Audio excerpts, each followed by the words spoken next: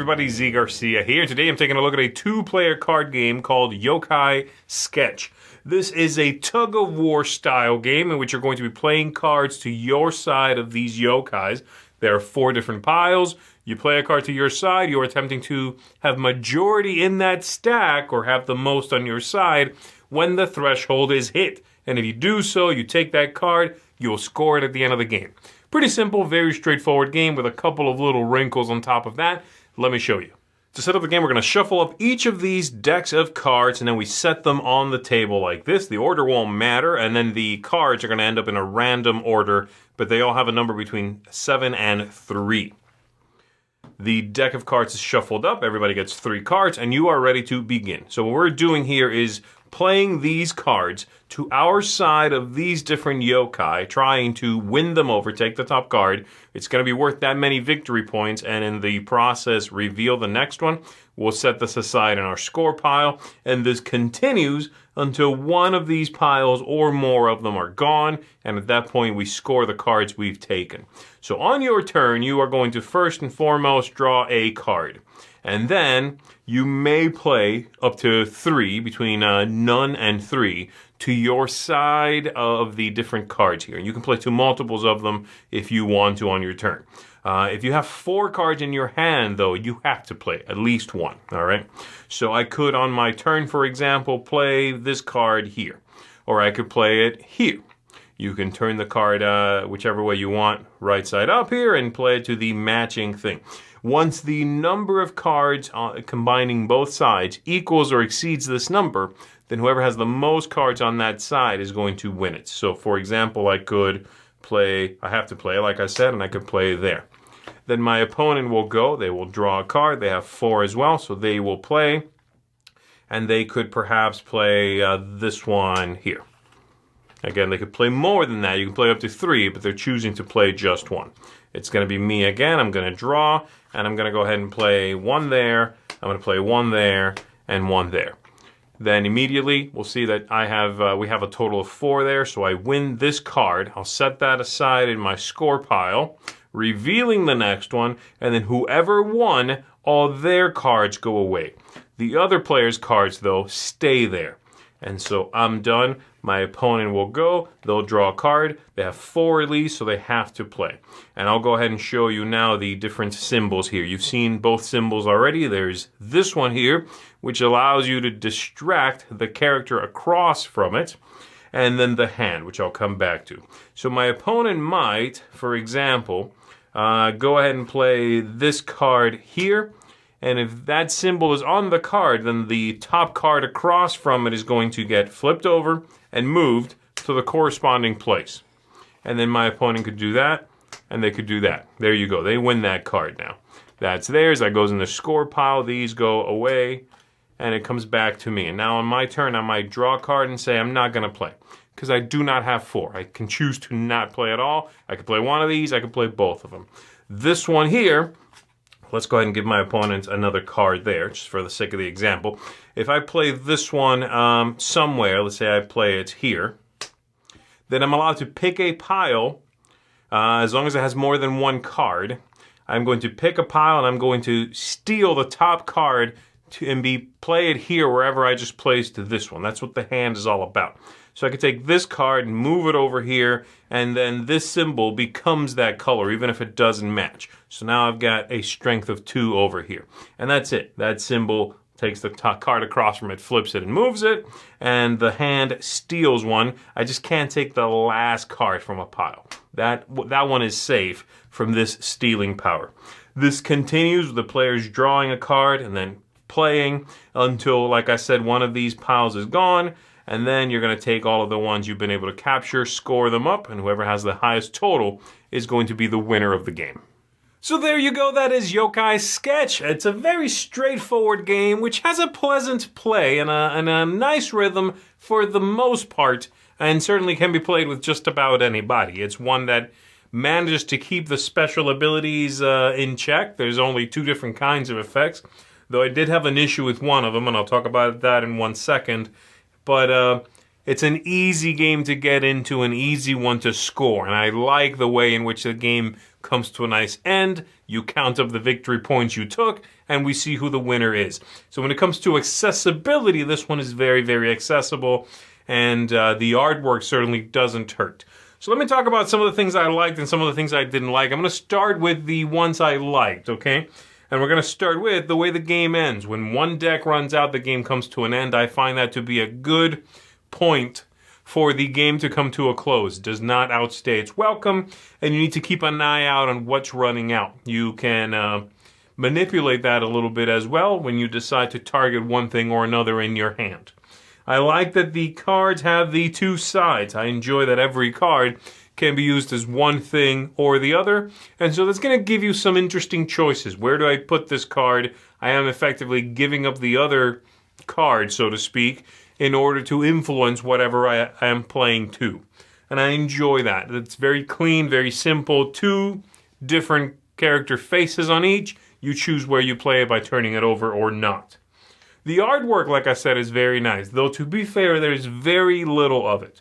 You basically have, really, 4 images here, plus the back of the card, which is a little bit of a pencil sketch. Very nice, but that's it.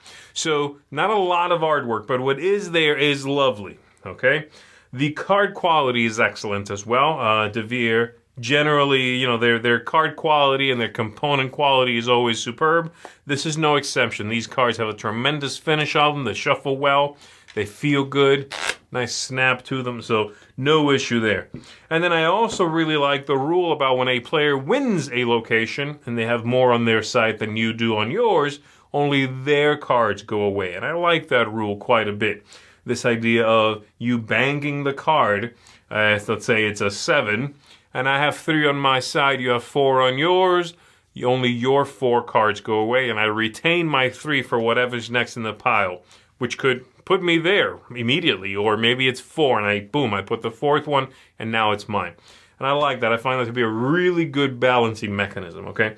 So the things I didn't like as much.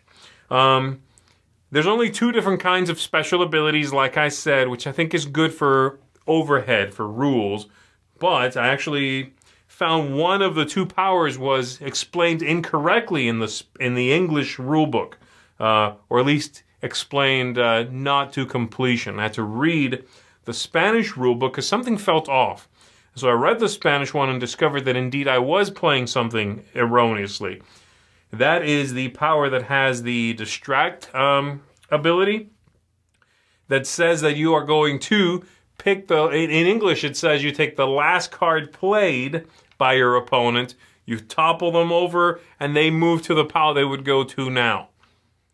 And so you needed to keep track of which card was the last card they played, and it's also like, wait, you played there, right? That was your last one. Well, in Spanish, and what I can only assume are the correct rules, they go on to specify the last card played to this yokai that your opponent played. Doesn't matter when they played it, the last one they played there.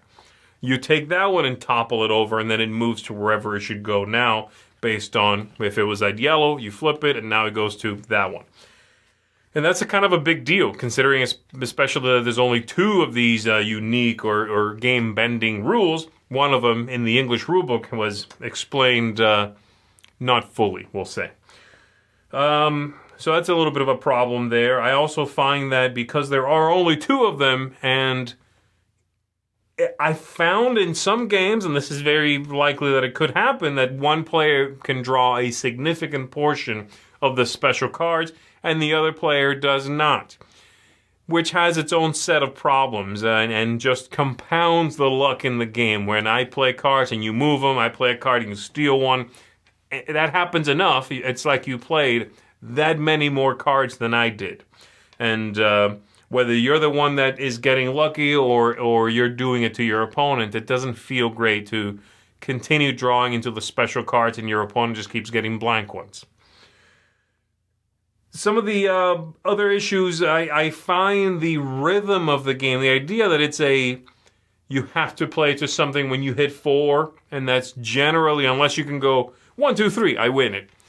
You're normally playing 1 to something and then sort of pushing that threshold, allowing your opponent to then come and jump on it.